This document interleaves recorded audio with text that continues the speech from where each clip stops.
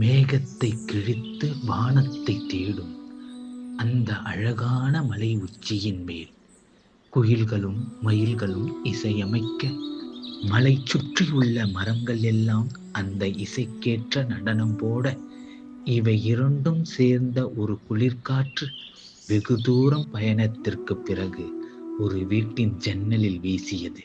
அந்த அழகிய வீட்டினுள் சிறு குழந்தையின் மழலை விளையாட்டு சத்தம் கேட்டுக்கொண்டிருந்தது. சமையலறையில் அந்த குழந்தையின் தாய் அவள் மனம் நிறைந்த புன்னகையுடன் வெளியில் சென்றிருக்கும் தன் கணவனுக்கு சுட சுட உணவு தயார் செய்து கொண்டிருந்தார். அவள் பெயர் ஸ்வேதா. அந்த குழந்தை அம்மாவிடம் வந்து, எனக்கு இந்த பொம்மைங்க கூட விளையாடி விளையாடி போர் அடிக்குது அம்மா என சிரித்தபடியே சொல்கிறாள். பதிலுக்கு ஸ்வேதா குழந்தையை பார்த்து சிரித்து கொண்டே, நீ உங்க ரூம்ல போய் புக் எடுத்து படிச்சுட்டு இருக்கலாமே, போர் அடிக்குதுன்னா. அம்மா வேலையெல்லாம் முடிச்சுட்டு உன் கூட வந்து ஜாயின் பண்ணிக்கிறேன் என சொல்லி அந்த குழந்தையை அங்கிருந்து அனுப்பி வைக்கிறாள் ஸ்வேதா.